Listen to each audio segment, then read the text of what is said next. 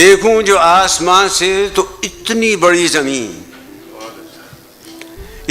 زمین پہ چھوٹا سا ایک شہر، چھوٹے سے ایک شہر میں سڑکوں کا ایک جال، سڑکوں کے جال میں چھپی ویران سی گلی، ویران گلی کے موڑ پہ تنہا سا ایک شجر، تنہا شجر کے سائے میں چھوٹا سا ایک مکان، چھوٹے سے ایک مکان میں کچی زمین کا صحن، کچی زمین کے صحن میں کھلتا ہوا گلاب، کھلتے ہوئے گلاب میں مہکا ہوا بدن، مہکے ہوئے بدن میں سمندر سا ایک دل،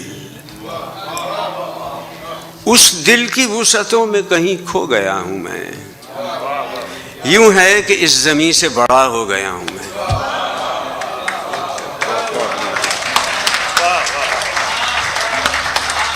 محبت اور ضرورت، میں اپنے دل کی سب سچائیوں کے ساتھ یہ اقرار کرتا ہوں، میں تم سے پیار کرتا ہوں، مگر جو کہہ رہا ہوں میں بہت ممکن ہے پورے سچ کی آنچ اس سے نہ گزری ہو۔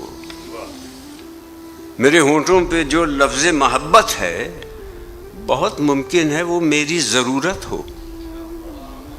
محبت اور ضرورت اپنی اپنی سرحدوں میں قید ہیں، دونوں کی دنیایں الگ ہیں۔ میں ایک دنیا میں ہوں اور دوسری دنیا کے خواب آتے ہیں آنکھوں میں، ادھوری چاہتے میری، ادھوری داستاں میری، میرے جذبے ادھورے ہیں، میری خواہش کے پیمانے ادھورے ہیں، محبت کے میرے ہونٹوں پہ افسانے ادھورے ہیں، ادھورے پن کی ایک دنیا میرے چاروں طرف ہے، پھر بھی اپنے دل کی سب گہرائیوں کے ساتھ، سب سچائیوں کے ساتھ میں اقرار کرتا ہوں، میں تم سے پیار کرتا ہوں۔ خود سے پہلی ملاقات، مجھے خود سے ملے عرصہ ہوا ہے، اور ابھی کچھ پہلے ایک بستی میں ایک چھوٹے سے گھر میں، جس کو گھر کہنا بھی گویا گھر کے زندہ لفظ پر الزام دھرنا ہے، مگر وہ گھر ہی تو تھا جس کے دروازے پہ میلے ٹاٹ کے پردے پڑے تھے۔ ہاں مجھے یاد آ گیا وہ ٹاٹ کا میلا سا پردہ جس میں ایک سوراخ بھی تھا، اور اس سوراخ ہی سے چاند کے ننگے بدن کو رقص کرتے دیکھتا تھا میں۔ وہیں پر ٹاٹ کے پردے کے پاس ایک ڈھیر بھی تھا پتھروں کا، جس پہ اکثر بیٹھ کر میں آسماں کے سارے تارے جگنوؤں کی طرح اپنی مٹھیوں میں بھینچ لیتا تھا۔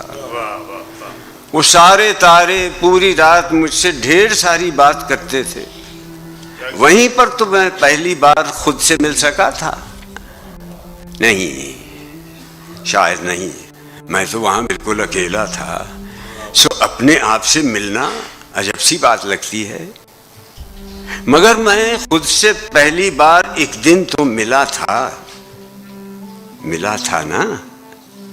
سو وہ دن اور آج کا دن ایک سوال مستقل میرے لیے بن کر کھڑا ہے۔ میری بے ربط بے ترتیب سوچوں میں نہ جانے کیسا ہنگامہ بپا ہے۔ کوئی مجھ سے مسلسل پوچھتا یہ ہے کہ پہلی بار میں خود سے ملا تھا کب، کہاں، کس موڑ پر، کس راستے پر، کون سی گلیوں میں آوارہ پھرا تھا میں؟ ملا بھی تھا کہ اپنے آپ سے روٹھا ہوا تھا میں۔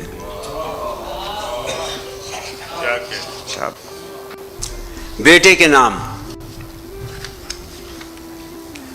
میں تمہاری آنکھوں سے وہ زمانے دیکھوں گا جو ابھی نہیں آئے، میں تمہارے پاؤں سے تیز تیز بھاگوں گا ایسی شاہراہوں پر جو ابھی نگاہوں سے مثل خواب اوجھل ہیں، میں تمہارے ہاتھوں سے وہ پہاڑ چھو لوں گا جس کو سوچ کر بھی اب سانس پھول جاتی ہے، وہ پہاڑ، وہ رستے جن پہ تم کو جانا ہے، وہ نیا زمانہ ہے اور وہ تمہارا ہے۔ میں کہ اس زمانے کو دیکھ بھی نہ پاؤں گا، لیکن اس زمانے کی ہر گھڑی کو، ہر پل کو میری آنکھیں دیکھیں گی، ان چمکتی آنکھوں سے جو تمہاری آنکھیں ہیں۔ میں تمہاری آنکھوں میں پیار بن کے رہتا ہوں، نور بن کے بستا ہوں، خواب بن کے زندہ ہوں.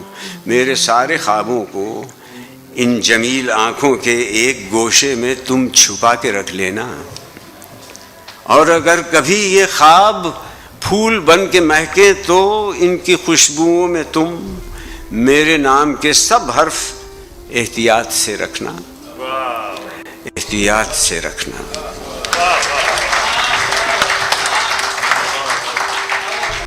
اپنے کمزور ایمان کی پختگی کے لیے، اپنے اندھے خیالات کی روشنی کے لیے، اپنے بوسیدہ افکار کی تازگی کے لیے دھونس سے، زور سے، بندوق سے بے گناہوں کے مقتل سجائے گئے.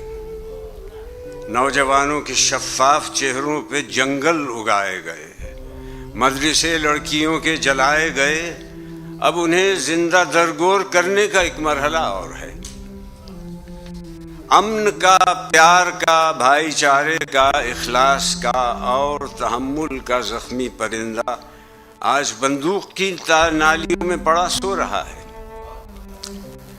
تذکرہ صرف ایمان کا ہو رہا ہے.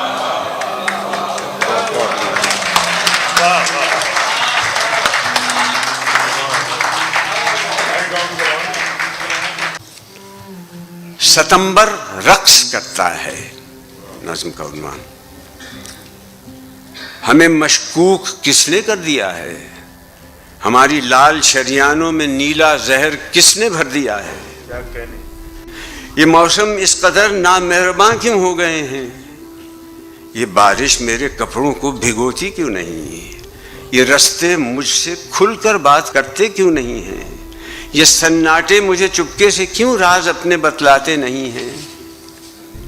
ابھی کچھ روز پہلے تک یہ بارش میرے کپڑوں کو بھگوتی تھی، یہ موسم مہرباں تھے اور یہ رستے مجھ سے کھل کر بات کرتے تھے. یہ سناٹے بھی مجھ سے اپنے دل کے راز کہتے تھے. ابھی کچھ روز پہلے آشنا ماحول میں ان بارشوں سے، راستوں سے، موسموں سے اور سناٹوں سے ہم ایک دوستانہ ربط رکھتے تھے، مگر اب ہر طرف ایک غیر مانوس اجنبیت شک کی دیواریں اٹھائے سو رہی ہے. کسی نامہرباں لمحے پہ اپنے رو رہی ہے. فضا میں ایک فصل نا امیدی بو رہی ہے. ہماری لال شریانوں کو نیلا کرنے والے کون ہیں؟ اور جسم میں یہ زہر کس نے بھر دیا ہے؟ ہمیں مشکوک کس نے کر دیا ہے؟ کمزوروں کی خواہش. بہت مضبوط لوگوں نے کبھی بھی امن کی خواہش نہیں کی ہے. کہ خواہش امن کی کمزور لوگوں کی تمنا ہے. یہ مجبوروں کی دنیا ہے، یہ محکوموں کی بستی ہے. مگر مجبوروں کی دنیا میں، محکوموں کی بستی میں کبھی جب آگ لگتی ہے تو سارا آسمان رنگین ہوتا ہے، زمین شعلے اگلتی ہے. کبھی کمزور اور محکوم مل کر ایک نئی تحریک کا آغاز کرتے ہیں، پھر اپنی آرزوؤں کے جہان نو کا استقبال کرتے ہیں. نئی تاریخ ان کی انقلابی داستان میں رنگ بھرتی ہے.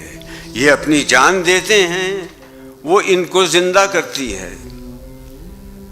مگر تاریخ تو تاریخ ہے، یہ خود کو دہراتی رہے گی. سبھی کمزور اور مظلوم اور محکوم جب انعام پا جاتے ہیں اپنی زندگی میں، انقلاب تازہ کی بنیاد رکھ چکتے ہیں، تب ان میں سے کچھ مضبوط تر انسان اپنی تازہ تر طاقت کے ہونٹوں سے نئی تاریخ ظلم و جبر دہراتے ہیں. لیکن ان کی آنکھوں میں حصول امن کی خواہش نہیں ہوتی. تو کیا یہ صرف کمزوروں کی خواہش ہے؟